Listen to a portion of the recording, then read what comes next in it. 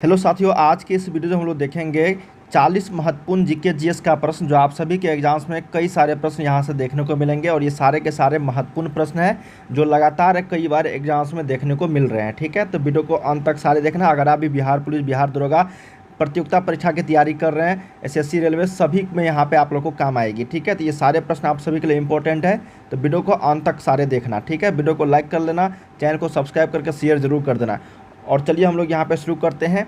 काफ़ी सारे क्वेश्चंस का यहाँ पे प्रैक्टिस सेट आप लोगों को देखने को मिल रहे हैं। ठीक है, तो वीडियो को अंत तक सभी देखना। काफ़ी सारे क्वेश्चंस यहाँ पे हम लोग यहाँ पे डिस्कस करने वाले हैं। पहला प्रश्न हमारे पास है आज के इस वीडियो में। कहा गया कि भारत में चीनी का कटोरा किस राज्य को कहा जाता है। काफ़ी शानदार प्रश्न है ये। भारत में चीनी का कटोरा जो कहे जाने वाले राज्य है उसका नाम है उत्तर प्रदेश। क्या है? उत्तर प्रदेश। तो सही उत्तर यहाँ पे क्या होगा? एक का ए यहाँ पे राइट हो जाएगी, एक का क्या हो जाएगा? ए यहाँ पे राइट हो जाएगी। उत्तर प्रदेश हो जाएगा भारत में चीनी का कटोरा। ठीक है, अगला प्रश्न हमारे पास कि किस राज्य का लिंगानुपात सबसे अधिक है। क्या प्रश्न है? निम्नलिखित में से किस राज्य का लिंगानुपात, लिंगानुपात का मतलब होता है कि 1000 पुरुष पर कितना महिलाएं हैं। क्या है? 1000 पुरुष पर, 1000 पुरुष पर जो है कितना महिलाएं हैं, उसी को हम लोग क्या बोलते हैं? लिंगानुपात बोलते हैं। तो लिंगानुपात कहाँ पे सबसे ज़्यादा है? इसका मतलब 1000 पुरुष पे महिलाओं की संख्या सबसे ज़्यादा किस राज्य में है? तो उसका नाम है केरल। क्या है? केरल। सही उत्तर यहाँ पे हो जाएगा 2 का सी। क्या हो जाएगा? सी हो जाएगी, केरल राज्य। अगला देखते हैं, और सबसे कम हरियाणा की है। थर्ड नंबर हमारे पास प्रश्न है कि 2011 की जनगणना के अनुसार ये सब चीज़ बता रहा हूँ। क्षेत्रफल की दृष्टि से सबसे बड़ा राज्य कौन सा है? क्षेत्रफल की दृष्टि से भारत में सबसे बड़ा राज्य की अगर बात करेंगे हम लोग तो ये राजस्थान हो जाएगा। क्या हो जाएगा? राजस्थान, जिसकी राजधानी है जयपुर। क्या है? जयपुर। सही उत्तर यहाँ पे 3 का क्या हो जाएगा? डी करेक्ट हो जाएगी। अगला देखते हैं कि रबर उत्पादन में देश का अग्रणी राज्य कौन सा है। देखिए, रबर उत्पादन की अगर बात करेंगे भारत में सबसे ज़्यादा जो है वो कौन सा राज्य उत्पादन करके देता है भारत को? तो वो है केरल। कौन सा है? केरल राज्य जो है रबर का सबसे बड़ा उत्पादक राज्य है। 4 का बी आपका करेक्ट यहाँ पे सही उत्तर हो जाएगी। 5 नंबर है कि संघीय व्यवस्था का प्रावधान किस देश के संविधान से लिया गया है। देखिए, भारत का संविधान में कहीं ना कहीं किसी से जैसे बहुत सारी चीज़ों को लिया गया है, प्रावधान लिया गया है। ठीक है, जैसे मौलिक अधिकार लिया गया है, नीति निर्देशक तत्व लिया गया है। ठीक है, ये सारे जो लिया गया है यहाँ पे वो संघीय व्यवस्था यहाँ पे पूछा गया हम लोग। एक संघीय व्यवस्था का प्रावधान किस देश के संविधान से लिया गया है? तो ये लिया गया आप लोगों को कनाडा के संविधान से। कहाँ से लिया गया है? कनाडा के संविधान। तो मौलिक अधिकार की अगर बात करेंगे तो अमेरिका से लिया गया है। ठीक है, मौलिक अधिकार। ठीक है ना, ये आपको ध्यान में रखने पूछा जाता है प्रश्न। तो यहाँ पे 5 का सी करेक्ट हो जाएगा। अगला देखते हैं 6 नंबर की भारत के मुख्य भूमि के तटीय भाग की लंबाई कितनी है। प्रश्न है कि भारत के मुख्य भूमि के तटीय भाग की लंबाई कितनी है। तटीय भाग मतलब जो समुद्र के किनारे हैं उसको तटीय भाग बोलते हैं। तो वो है आप लोगों का 6100 किलोमीटर। टोटल कितना है? 6100 किलोमीटर है। सही उत्तर 6 का डी करेक्ट हो जाएगी। अगला देखते हैं कि पेरियार नदी किस राज्य में बहती है। भारत के जो राज्य है और वो नदी है पेरियार नदी। तो पेरियार नदी कहाँ पे बहती है? ये केरल राज्य में बहती है। कहाँ पे? केरल राज्य में। ऑप्शन नंबर ए करेक्ट होगा। इंपॉर्टेंट है, पेरियार नदी किस राज्य में बहती है? तो केरल में। अगला है कि आसमान से देखने पर पृथ्वी का रंग कैसा मालूम पड़ता है। आसमान से अगर देखोगे ना, आकाश से, तो पृथ्वी का रंग जो दिखाई पड़ेगा वो दिखाई पड़ेगा आपको नीला। क्यों नीला दिखाई देता है? ये भी आप लोग पढ़े होंगे ज़रूर। तो ये पानी के कारण, वायुमंडल के कारण यहाँ पे जो है नीला दिखाई देता है। ऑप्शन नंबर 8 का डी करेक्ट होगा। 9 नंबर हमारे पास है कि हिंदी भाषा का प्रथम महाकाव्य किसे कहा जाता है। देखिए, हिंदी भाषा का जो प्रथम महाकाव्य है किसको कहा जाता है, ये प्रश्न है। तो ये कहा जाता है कि पृथ्वीराज रासो को। पृथ्वीराज रासो को क्या कहा जाता है? हिंदी भाषा का प्रथम महाकाव्य। सही उत्तर यहाँ पे क्या हो जाएगा? 9 का बी करेक्ट होगा। ठीक है। 10 नंबर है कि हेलमेट कप किससे संबंधित है। तो हेलमेट कप जो है संबंधित की अगर बात करेंगे तो ये टेबल टेनिस, टेनिस से संबंधित है। क्या है? टेनिस से संबंधित। इसका सी करेक्ट होगा। अगला है 11 नंबर, आधुनिक रूस के निर्माता किसे कहा जाता है। रूस जो देश है जहाँ की राजधानी मॉस्को है, उस देश के निर्माता, रूस के निर्माता किसे कहा जाता है? आधुनिक रूस के निर्माता को वो कहा जाता है आपको स्टालिन। किसको कहा जाता है? स्टालिन को। ऑप्शन नंबर ए करेक्ट होगा। चलिए अगला देखते हैं 12 नंबर की ऋग्वेद का हिंदी में अनुवाद किसने किया था।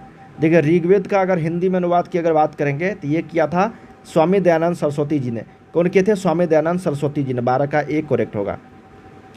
13 नंबर देखते हैं कि आईसीआईसीआई बैंक की स्थापना किस वर्ष हुई थी। देखिए, आईसीआईसीआई बैंक की जो स्थापना हुई थी ये हुआ था 1955 में।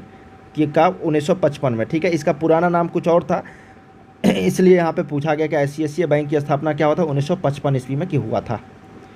अगला है कि बनिहाल दर्रा किस राज्य में स्थित है। क्या प्रश्न है कि बनिहाल दर्रा किस राज्य में स्थित है। बनिहाल दर्रा, तो ये दर्रा जो है आपका जम्मू और कश्मीर में स्थित है, जम्मू कश्मीर में, ऑप्शन नंबर डी। अगला देखते हैं कि जगन्नाथ मंदिर को किस वंश के शासक ने बनवाया था। जगन्नाथ मंदिर को किसने बनवाया था, तो ये बनवाया था गंग वंश ने। गंग वंश के द्वारा ये बनवाया गया था जगन्नाथ मंदिर। 15 का डी। 16 देखते हैं कि अभ्युदय समाचार पत्र का संबंध किससे है। तो अभ्युदय समाचार पत्र का अगर संबंध की बात करेंगे तो ये हो जाएगा मदन मोहन मालवीय जी से। किससे, मदन मोहन मालवीय से। अगला है कि बुर्जिल दर्रा किस राज्य में स्थित है। कि बुर्जिल दर्रा की अगर बात करेंगे हम लोग तो ये जम्मू कश्मीर में है। बनिहाल दर्रा भी है, बुर्जिल दर्रा भी है। क्रौन कांच का अपवर्तनांक कितना होता है। देखिए क्रौन कांच का अपवर्तनांक की अगर बात करेंगे तो ये होता है 1.52। क्या होता है, 1.52। ऑप्शन नंबर आपको सी यहाँ पे सही उत्तर हो जाएगी। अगला देखते हैं कि राजस्थान का हृदय किसे कहा जाता है। राजस्थान का हृदय की अगर बात करेंगे हम लोग तो ये कहा जाता है अजमेर को। ठीक है, अजमेर, ऑप्शन नंबर बी। अगला है कि LIC की स्थापना किस वर्ष हुई थी। Life India corporation, Bharatiya Jeevan बीमा निगम की स्थापना जो हुआ था LIC की, वो था 1956 में। कब हुआ था, 1956 ईस्वी में हुआ था। सी करेक्ट होगा यहाँ पे। अगला देखते हैं कि भारत में पंचायती राज व्यवस्था सबसे पहले राजस्थान में के किस जिला में शुरू किया गया। देखिए सभी को पता होगा कि राजस्थान में सबसे पहले किया गया, लेकिन किस जिला में शुरू किया गया ये बहुत कम को पता होगा। तो जिला का नाम यहाँ पे नागौर हो जाएगा। क्या हो जाएगा, नागौर जिला। ऑप्शन नंबर आपको ए करेक्ट होगा। अगला देखते हैं कि अलकनंदा और मंदाकिनी संगम का संबंध किस प्रयाग से है। तो देखिए अलकनंदा और मंदाकिनी दोनों नदी है जहाँ पे संगम होता है इसका, उस जगह का नाम क्या है। तो उस जगह का नाम है आपका, सही उत्तर हो जाएगी रुद्रप्रयाग। क्या हो जाएगा, रुद्रप्रयाग। 4 प्रयाग होते हैं, रुद्रप्रयाग, कर्णप्रयाग, देवप्रयाग और विष्णुप्रयाग। ठीक है। अगला है IDBI की स्थापना कब हुई थी। IDBI बैंक जो होती है उसकी स्थापना किस वर्ष की गई थी। ये किया गया था आपको 1964 ईस्वी में। कब किया गया था, 1964 में। भागीरथी और अलकनंदा, देखिए भागीरथी और अलकनंदा अभी था क्या प्रश्न, अलकनंदा और मंदाकिनी। अब है कि भागीरथी और अलकनंदा।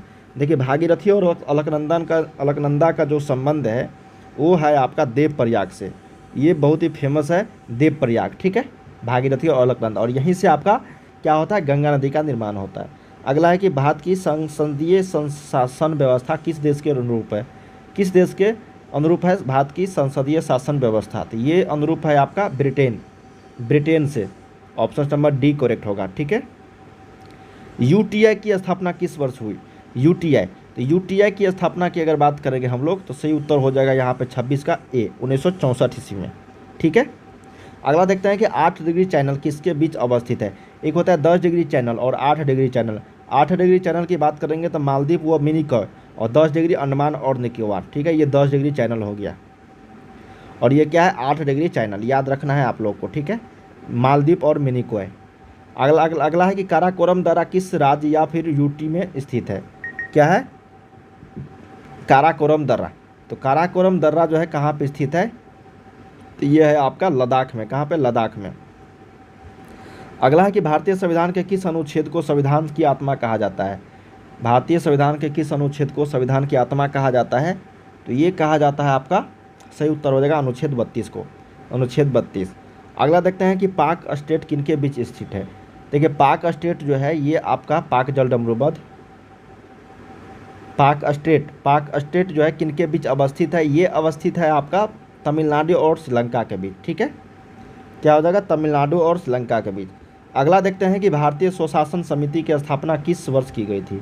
तो भारतीय स्वशासन समिति की स्थापना जो है किया गया था आपको, सही उत्तर हो जाएगी यहाँ पे 31 का ऑप्शन नंबर बी हो जाएगा, 1905। क्या हो जाएगा, 1905 ईस्वी। अगला देखते हैं कि धौली गंगा और अलकनंदा का संबंध किस संगम से है। अलकनंदा और मैंने बता दिया भागीरथी, और भागीरथी और अलकनंदा ये सारे बता दिया। अब धौली गंगा और अलकनंदा ये संबंध है आपका विष्णुप्रयाग से, विष्णुप्रयाग, सी करेक्ट होगा। 9 डिग्री चैनल किनके बीच अवस्थित है। 8 डिग्री 9 डिग्री बता दिया, अब 10 डिग्री भी बता दिया था, 9 डिग्री का बात है। तो 9 डिग्री चैनल किनके बीच अवस्थित है, तो ये अवस्थित है आपका लक्षद्वीप और मिनिकॉय, लक्षद्वीप और मिनिकॉय। ठीक है। अगला है कि हिरोशिमा पर पहला परमाणु बम विस्फोट कब हुआ था। तो ये हुआ था आपका 6 अगस्त 1945 को। ठीक है, ऑप्शन नंबर ए। दूसरा हुआ था 9 अगस्त को, पहला 6 अगस्त और दूसरा 9 अगस्त। अगला है कि शिपकिल्ला दर्रा किस राज्य में है। शिपकिल्ला, देखिए सिपकिल्ला दर्रा की अगर बात करेंगे हम लोग तो सही उत्तर यहाँ पे हो जाएगी आपका हिमाचल प्रदेश। कहाँ पे? हिमाचल प्रदेश। अगला है कि अलकनंदा और पिंडार संगम का संबंध किस प्रयाग से है? तो अलकनंदा और पिंडार संगम जो है ये आपका सही उत्तर हो जाएगी यहाँ पे कर्णप्रयाग। क्या हो जाएगा? कर्णप्रयाग। ठीक है, सी करेक्ट होगा यहाँ पे। देखिए 10 डिग्री चैनल किनके बीच अवस्थित है? तो 10 डिग्री चैनल अंडमान और निकोबार। ऑप्शन नंबर आपको बी करेक्ट होगा यहाँ पे। अगला देखते हैं 38 नंबर कि मुगल काल के किस चित्रकार को पूर्व का राफेल कहा जाता था? देखिए पूर्व के राफेल की अगर बात करेंगे तो ये विहिजात को कहा जाता था। अगला है कि नीति दर्रा भारत के किस राज्य में स्थित है? नीति दर्रा, तो नीति दर्रा की अगर बात करेंगे तो ये अवस्थित है आपका उत्तराखंड में। कहाँ पे? उत्तराखंड में। अगला प्रश्न है कि विश्व पर्यावरण संरक्षण दिवस कब मनाया जाता है? तो ये मनाया जाता है 26 नवंबर को।